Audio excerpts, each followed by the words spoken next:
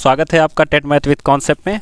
हम लोग इंग्लिश की आज नेक्स्ट सेशन को स्टार्ट करने वाले हैं, जिसमें हम लोग पढ़ेंगे प्रीपोजिशन के बारे में। तो प्रीपोजिशन का क्या इंट्रोडक्शन है उसके बारे में पढ़ेंगे, एंड उसके बाद इन, इनटू एंड एट, जैसा कि ये तीनों प्रीपोजिशन आप लोग देख पा रहे हो, इनके बारे में काफ़ी डीप में चर्चा करेंगे। बिकॉज दोस्तों यहाँ से आपके कम्पिटेटिव एग्जाम्स में आपका जो टेट होता है उसमें, और ख़ास करके आपके डीएलएड यानी सेकंड सेमेस्टर या फोर्थ सेमेस्टर चाहे जो सेमेस्टर हो, उसमें ये प्रीपोजिशन मैंडेटरी है जो आपसे पूछा जाता है, और खास करके हर साल प्रीपोजिशन से क्वेश्चन आया है। सो प्लीज़ अगर ये इन, इनटू और एट है तो इसको देख के हल्के मत लो। काफ़ी अच्छे इसके एक रूल्स होते हैं, काफ़ी अच्छे इसके क्वेश्चंस बनते हैं, तो उनको ध्यान से देखिएगा।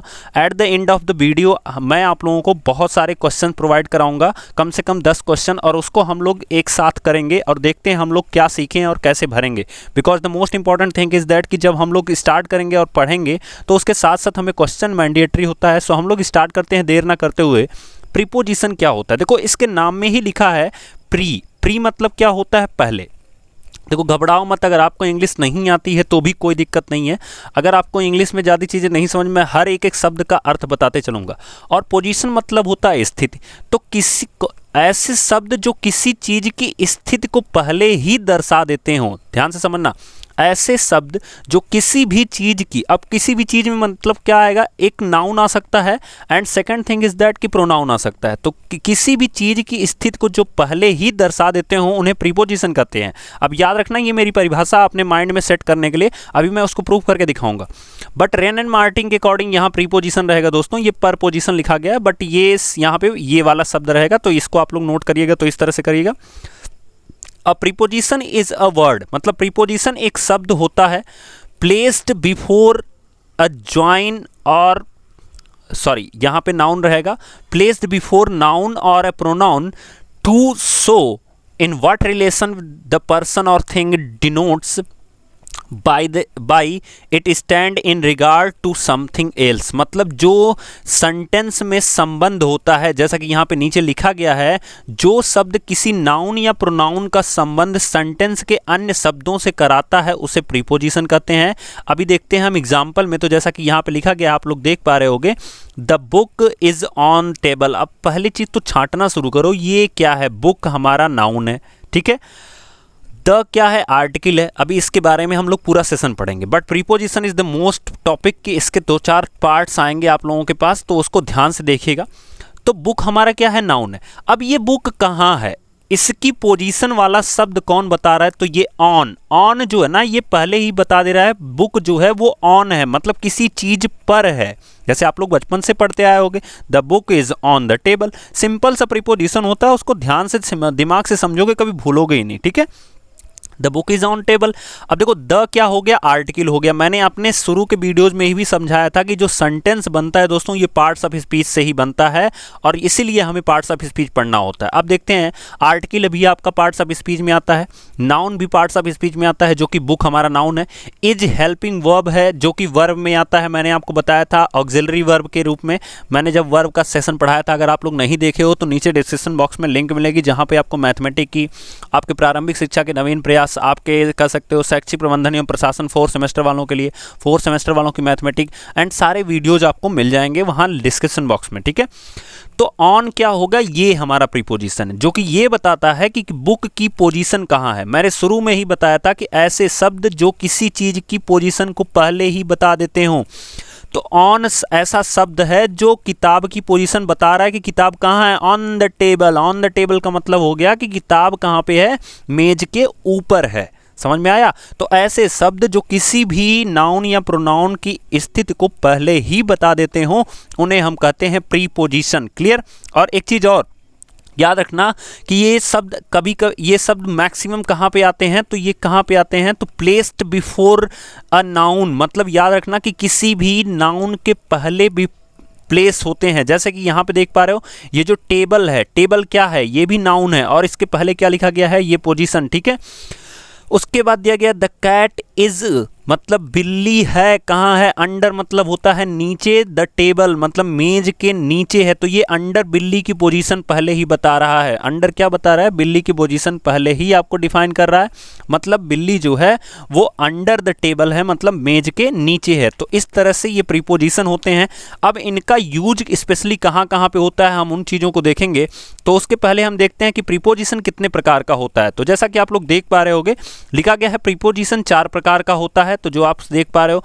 अब सिंपल प्रीपोजिशन कितने कौन कौन सा होता है, तो नंबर 1 होता है हमारा सिंपल प्रीपोजिशन, सेकंड होता है कंपाउंड प्रीपोजिशन, थर्ड होता है पार्टिसिपल प्रीपोजिशन एंड नेक्स्ट होता है फ्रेज प्रीपोजिशन। जैसे आप लोग देखते होंगे कि देखो इनकी हिंदी जानने की कोशिश मत करो, बिकॉज ये आपसे इंग्लिश में ही पूछे जाएंगे और आपसे इंग्लिश में ही लिखना होगा। चाहे आप डीएलएड देख कर रहे हो, चाहे आप स्टेट करोगे, तब भी वहाँ पे इंग्लिश में ही आएगा, उसकी हिंदी नहीं आएगी दोस्तों, ठीक है। सो मैक्सिमम चीज़ें इंग्लिश से सीखो, ठीक है। तो प्रीपोजिशन कितने प्रकार के होते हैं, तो 4 प्रकार के होते हैं। तो सिंपल प्रीपोजिशन में कौन कौन सी चीज़ें आती हैं जो कि हम लोग बचपन से पढ़ते आए हैं। आप लोग इन पढ़े होगे, एट पढ़े होगे, ऑन पढ़े होगे, लेकिन गलतियाँ होती हैं, हम इनका यूज कभी कभी गलत तरीके से भी कर देते हैं। फॉर पढ़े होगे, बाय पढ़े होगे, आफ्टर पढ़े होगे, आउट पढ़े होगे, क्लियर। उसके बाद कंपाउंड प्रीपोजिशन क्यों कहा जाता है इनको, बिकॉज देखो ये अबाउट का मतलब होता है कि ये कभी कभी यौगिक की तरह काम करते हैं। यौगिक मतलब होता है कि कभी कभी 2 सेंटेंसों को भी जोड़ने का काम कर देते हैं। ऊपर सिंपल प्रीपोजिशन जो होते हैं वो नाउन या प्रोनाउन को ही सिर्फ जोड़ने का काम करते हैं, लेकिन कभी कभी ये दोनों जो अबाउट हुए, एबव हुआ, आपका बिफोर हुआ, ये सब जो हैं एमंग होगा, सॉरी यहाँ पे एमंग आप लोग लिख लीजिएगा, जी रहेगा, तो एमंग होगा, अराउंड होगा, ये सब क्या करते हैं कि कभी कभी सेंटेंस को भी जोड़ने का काम करते हैं। इसी तरह से ये पार्टिसिपल प्रीपोजिशन जो होता है, जितने भी पार्टिसिपल प्रीपोजिशन देखोगे उनके लास्ट में आपको आईएनजी मिलेगा, ठीक है। अब ये आईएनजी जब लगता है तो ये प्रेजेंट पार्टिसिपल के रूप में यूज किया जाता है, क्लियर। ऐसे कंसर्निंग है तो यहाँ भी आईएनजी लगा है, ठीक है। फिर कंसिडरिंग है तो यहाँ भी आईएनजी लगा है, आप लोग देख पा रहे हो। तो पार्टिसिपल मतलब किसी वर्ब के लास्ट में आईएनजी लगा के ये पार्टिसिपल प्रीपोजिशन बनाया गया है। तो याद रखना, कभी कभी आपसे पूछेगा तो जो पार्टिसिपल प्रीपोजिशन का निर्माण होता है वो वर्ब के लास्ट में आईएनजी लगा के किया जाता है, क्लियर।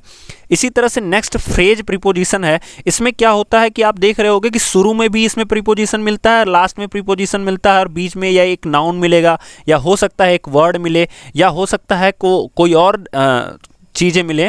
तो बस आप ध्यान रखना कि प्रीपोजिशन इसमें शुरू में या लास्ट में कहीं ना कहीं होगा। जैसा कि यहाँ पे देख पा रहे होगे ऑन बिहाफ ऑफ, यहाँ बिहाफ ऑफ यल यफ रहेगा दोस्तों, थोड़ी सी मिस्टेक हो गई है टाइपिंग में। तो ऑन बिहाफ ऑफ रहेगा, अकॉर्डिंग टू है, for the sake of, in order to आप लोग सुनते होगे, in place of, with regard to. तो ये सब जो होते हैं ये फ्रेज प्रीपोजिशन कहलाते हैं, क्लियर।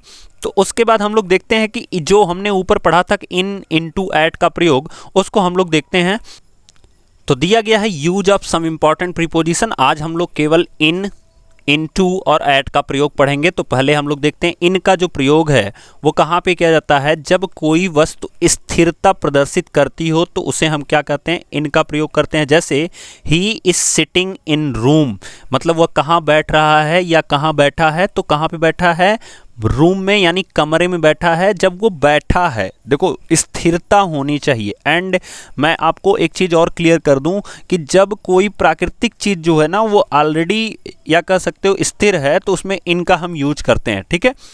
अब इनका यूज कभी कभी बड़े बड़े शहरों के लिए भी किया जाता है, उसके लिए भी हम लोग आगे पढ़ेंगे। हम लोग अभी यहाँ से थोड़ा थोड़ा पढ़ रहे हैं कि इनका प्रयोग किसके लिए, स्थिरता के लिए। जैसे एग्जाम्पल दिया गया he is sitting in room.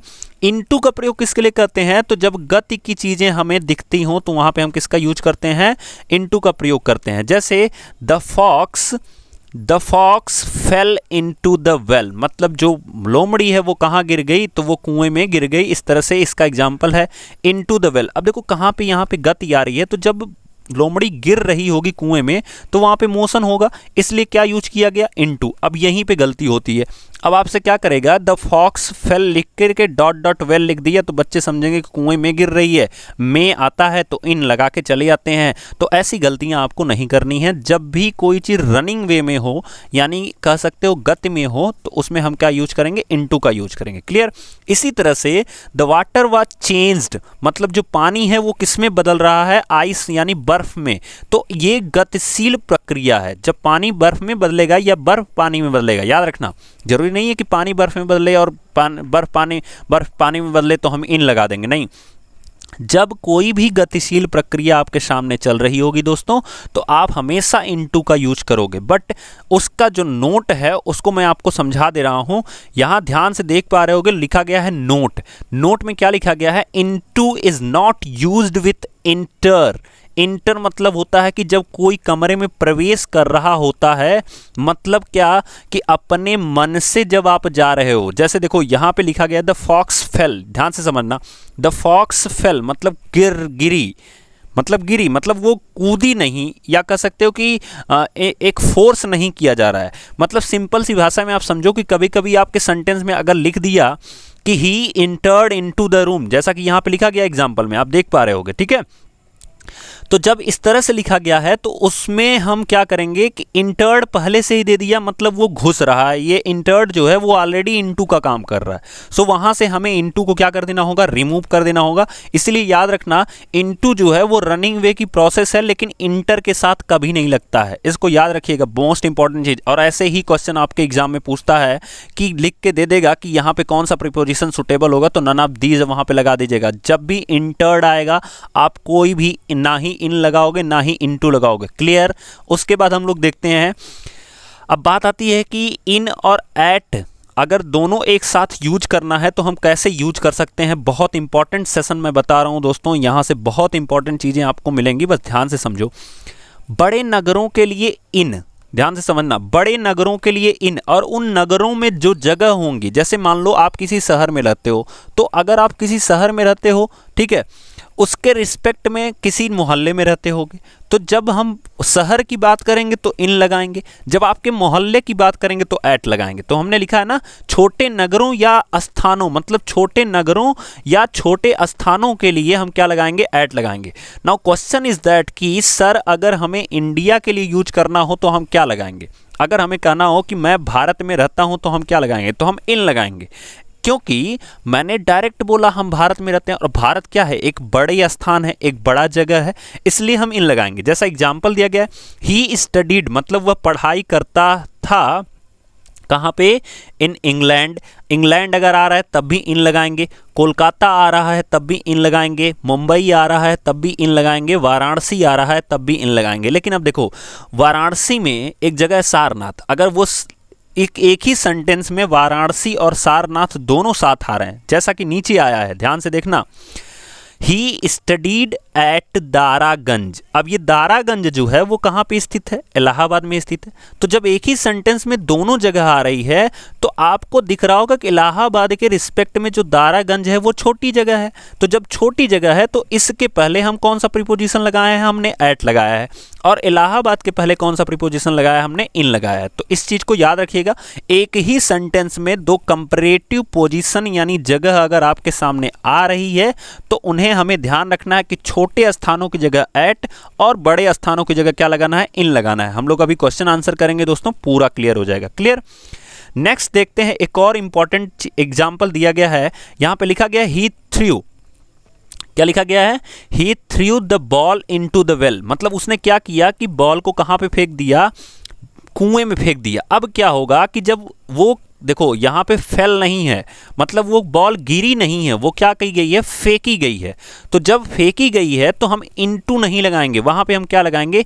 इन लगाएंगे। अब इन द सेंस आपको सीधा सीधा समझ में आ रहा होगा दोस्तों कि जब गिर रही होगी कोई चीज, ध्यान से समझना, गिर रही है मतलब वो अभी चल रही है, फेंकी गई है मतलब ये नहीं है कि अभी भी वो चीज चल रही है, हो सकता है वो गिर चुकी होगी। तो इस चीज को ध्यान रखिएगा कि जब आपकी चीजें लगे कि मोशन में है, इसीलिए इंटर्ड के साथ इनटू नहीं लगा है। क्लियर? जब आपको लगे कोई चीज मोशन में है तो इनटू लगाएंगे, अगर कोई चीज मोशन में नहीं है तो हम इन लगाएंगे। ठीक है? अब ये आप क्लियर नहीं कर सकते हो कि वो बॉल अभी भी कुएं में गिर रही है। अब चूंकि कुआं है ना, इसलिए लोग ये समझते हैं कि अभी गिर रही है। क्यों ये समझते हो? अगर मान लो मैंने बोला मैं एक गेंद फेंक दिया बॉक्स में, तो आप इनटू बॉक्स लिखोगे? नहीं, box in box, I through a ball in box, बात खत्म। ठीक है? इसलिए याद रखना कि ये मोस्ट इंपॉर्टेंट है दोनों जो मैंने आपको बताया। आपको कुछ ना याद हो पूरे वीडियो में, लेकिन ये दोनों याद होने चाहिए। इंटर के साथ कभी भी इनटू नहीं लगेगा, और अगर थ्रू लिखा गया है तो उसके साथ भी इनटू नहीं लगेगा। क्लियर? हम क्या लगा देंगे? इन लगा देंगे। लेकिन इंटर के साथ कुछ भी नहीं लगेगा, हम इनटू को रिमूव कर देंगे सीधा सीधा। क्लियर है? अब बात आती है कि देखो समय दिया रहता है, बहुत इंपॉर्टेंट चीज़ यहाँ दूसरी नंबर की जो इंपॉर्टेंट चीज़ वो ये है कि अगर आप एग्जैक्ट टाइम की बात कर रहे हो तो हम वहाँ पे हम एट का यूज करेंगे। जैसे 7 o'clock 5 o'clock आप लोग सुनते होगे ना, इट इज़ 5 o'clock। तो ये चीज़ें क्या होती है, जैसे मान लो यहाँ लिखा गया एग्जाम्पल है I reached Delhi eight 7 o'clock। अगर हम परफेक्ट टाइम की बात करेंगे तो वहाँ पे हम क्या लगा देंगे? एट लगा देंगे। अगर हम महीने या साल की बात करेंगे तो हम किसका यूज करेंगे? इन का यूज करेंगे। और अगर हम डे या डेट की बात करेंगे तो हम किसका यूज करेंगे? ऑन का यूज करेंगे। अब याद रखो, क्योंकि महीना और साल थोड़ा बड़ा है, जैसा कि बड़े नगरों के साथ हम लोग इन का यूज करते हैं, इसलिए उसके साथ इन का यूज करेंगे। अगर हम एग्जैक्ट टाइम की बात करेंगे तो वहाँ पे हम किसका लगाएंगे? एट लगाएंगे। याद रखना, एग्जैक्ट टाइम, टाइम में टी आ रहा है और एट में भी क्या होता है? टी होता है। ऐसे आप लोग कनेक्ट करके याद रख सकते हो कि जब भी एग्जैक्ट टाइम की बात की जाएगी तो हम टी वाले प्रीपोजिशन का यूज करेंगे। इसी तरह से जब डेट और डेट होता है या डे होता है तो उसे ऑन लगाते हैं। जैसे आप लोग सुने होंगे Gandhi ji was born on 2 अक्टूबर। आप लोग सुने होंगे, बहुत बार किताबों में आता है Gandhi ji was born on 2 अक्टूबर। क्यों? क्योंकि डेट बताई गई है, सेकेंड मतलब दूसरी। समझ में आ रही बात? इसी तरह से दिया गया है यहाँ पे आई रीच्ड। अब देखो, अगर हम एट लगा के लिखें दिल्ली के आगे तो आई रीच्ड दिल्ली इन मई, मतलब मैं मई में पहुंचा, मई चल भी रहा है। इन 2005 मतलब मैं कब पहुंचा? 2005 में दिल्ली में पहुंचा। कब? मई में पहुंचा। तो इन दोनों जगहों पे देख रहे होगे ये महीना है और ये क्या है? ईयर है। तो दोनों जगहों पे क्या लगाया गया है? इन यूज किया गया है। इसी तरह से आप लोग देखोगे तो I reached Delhi on Monday, जब भी दिन की बात करेंगे तो हम क्या यूज करेंगे? ऑन लगाएंगे। I reached Delhi on 7 September, on 7 September. Clear हुआ? तो ये था दोस्तों, आपको टोटल ओबल और याद करना है। इन का यूज तब होता है, ध्यान से अगर नॉर्मली वे में हम बोलें तो जब कोई चीज़ स्थिर होती है तो उसे तब हम इन का यूज करते हैं। इनटू का यूज कब होता है? इनटू का यूज कब होता है? तो जब कोई चीज़ गतिशील होती है तो हम इनटू का यूज करते हैं। एट का यूज कब होता है? तो जब कोई, अब इन और एट अगर एक साथ आ रहे हैं तो जब कोई बड़ा शहर होता है तो वहाँ भी इन का यूज किया जाता है। जब कोई छोटे जगह यानी छोटे नगर या छोटे स्थान की बात की जाएगी तो वहाँ पे एट का यूज किया जाएगा। अब हम देर ना करते हुए अपने क्वेश्चन आंसर पे आते हैं, जिससे हम लोग क्लियर करेंगे क्या क्या हमें सीखे हैं और हमें क्या क्या सीखना है। So the question is given here for you all. He is sitting. अब देखो, ये तो हमने शुरू का एग्जाम्पल ही रख दिया है। तो he is sitting in the room, मतलब वो कहाँ बैठा है? इन द रूम, कमरे में बैठा है। और स्थिरता है इसलिए क्या यूज करेंगे? इन। दे वर क्या? डिस्ट्रेस मतलब परेशान है। दे वर इन डिस्ट्रेस मतलब वो क्या है? परेशानी में है। ठीक है, क्या है? परेशानी में है। अब फिर क्या लिखा गया है? The teacher finished the course. क्या लिखोगे? देखो यहाँ पे अ वीक आया है। The teacher finish the course क्या लिखोगे? इन अ वीक। मैंने क्या बोला था कि जब आप एग्जैक्ट टाइम बताओगे, यहाँ पे एग्जैक्ट टाइम नहीं है। अब वो वीक जो है यानी हफ्ता जो है वो एग्जैक्ट टाइम नहीं है तो हम एट लगाएंगे ही नहीं। तो हम क्या लगाएंगे? इन अ वीक। और ये सेंटेंस भी आप लोग बार बार सुने होंगे। तो the teacher finish the course in a week. अब देखो, कुछ बच्चे ना वीक वाले स्पेलिंग में थोड़ा सा मिस्टेक करते हैं। मैं उनको एक सिंपल सी, मैं नहीं कर रहा हूँ, आप लोग करते होगे, लेकिन बहुत सारे बच्चे मिस्टेक करते हैं कि जब डब्लू और डबल ई के लिखा होता है, ध्यान से समझना, इसी का खेल है। अभी मैं एक जादू बताऊंगा, आप कभी इनमें मिस्टेक ही नहीं करोगे। ठीक है, कि अगर आपसे हफ्ते की स्पेलिंग बोली जाए तो आप कौन सी लिख के आओगे? देखो, डब्लू डबल ई के जो है ये होता है, चूंकि इसके पास कितने ई हैं तो ये होता है 2। इसके पास कितने ई हैं? 2। और इसके पास कितने ई हैं? ठीक है, तो यहाँ पे मिस्टेक मुझसे ही हो गई है। यहाँ पे डबल ई के लिखना होना था, ये था। ठीक है, सॉरी, हाँ, डबल ई के होना चाहिए था। और इसके पास ए है। तो होता क्या कि जो चीज़ डबल होती है दोस्तों वो कभी कमज़ोर नहीं होती है। याद रखना, जो चीज़ डबल होती है वो कभी कमज़ोर नहीं होती है। इसका मतलब कमजोर कौन होगी? जिसके पास सिंगल ई होगा। तो अगर WEAK लिखा है तो इसका मतलब होगा कमजोर, और डबल ई के लिखा है तो इसका मतलब सप्ताह। तो आपको कभी नहीं भूलना है, जब यहाँ पे डबल रहेगा तो कोई चीज़ कमजोर नहीं हो सकती है, जब वो सिंगल रहेगा तभी कमजोर होगी। यानी WEAK लिखा है तो इसका मतलब होता है कमजोर, और अगर WEE लिखा है तो इसका मतलब होता है सप्ताह। नेक्स्ट हम लोग देखते हैं अपने बाकी 7 क्वेश्चन। सो नाउ दिया गया है the outline of the map is, ये जो मैप का आउटलाइन है यानी किसी भी जो नक्शा है उसका जो आउटलाइन है, बाहर की बॉर्डर है, वो किस में है? तो इन ब्लू। इसका मतलब हो गया कि अगर कोई कलर की भी बात की जा रही है तो हम क्या लगा दिए हैं? इन लगा दिए हैं। He is in Mumbai. इन क्यों लगा रहे हैं? क्योंकि ये मुंबई क्या है? बड़ा शहर है, इसलिए क्या लगा रहे हैं? मुंबई। अब देखो इस एक सेंटेंस में मैं आपको पूरा वर्क दे रहा हूं। इस एक सेंटेंस में पूरा का पूरा आप 5 सेकंड आपके पास है, आप पूरा भर के बताओ। सारा प्रीपोजिशन मैंने इसी सेंटेंस में सेट कर दिया। तो आप लोग पढ़ रहे होगे तो क्या आ रहा है? गांधी जी वाज बॉर्न, तो क्या लगाओगे? तो यहाँ पे क्या लगाओगे? जी हाँ, तो जितने लोग ऑन लगा रहे हो वो सही हो, क्योंकि अभी हमने पढ़ा कि जब भी हम डेट या डे पढ़ेंगे तो वहाँ पे हम क्या लगाएंगे? ऑन लगाएंगे। तो Gandhi ji was born on 2 अक्टूबर। अब क्या आ गया? ईयर आ गया। तो ईयर के लिए क्या लगाएंगे? इन लगाएंगे, हमने पढ़ा अभी ऊपर, ठीक है। तो इन 1869। अब पोरबंदर और गुजरात दोनों एक साथ आया है। पोरबंदर जगह है गुजरात में, है ना, तो पोरबंदर के पहले क्या लगाएंगे? एट, बिकॉज ये छोटी जगह है रिस्पेक्ट किसके? गुजरात के, इसलिए हम यहाँ पे क्या लगाएंगे? एट पोरबंदर। और फिर क्या लिखेंगे? इन गुजरात। देखो मैं सारा प्रीपोजिशन आपका यहीं पे यूज करवा दिया हूँ। क्लियर?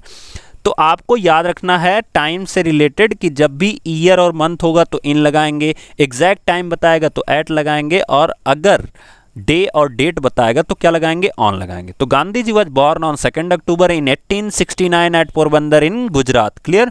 नेक्स्ट दिया गया ही जम्प्ड। अब बताओ, नदी में कूदा, तो कैसे क्या लगाएंगे? तो यहां पे गतिशीलता आ रही है इसलिए हम क्या लगाएंगे? इनटू। क्या लगाएंगे? इनटू, ठीक है। ही जम्प्ड इनटू द रिवर। फिर दिया गया है सी नॉक्ड। सी नॉक्ड, नॉक मतलब होता है खटखटाना, आप लोगों को नहीं पता होगा तो लिख लीजिएगा।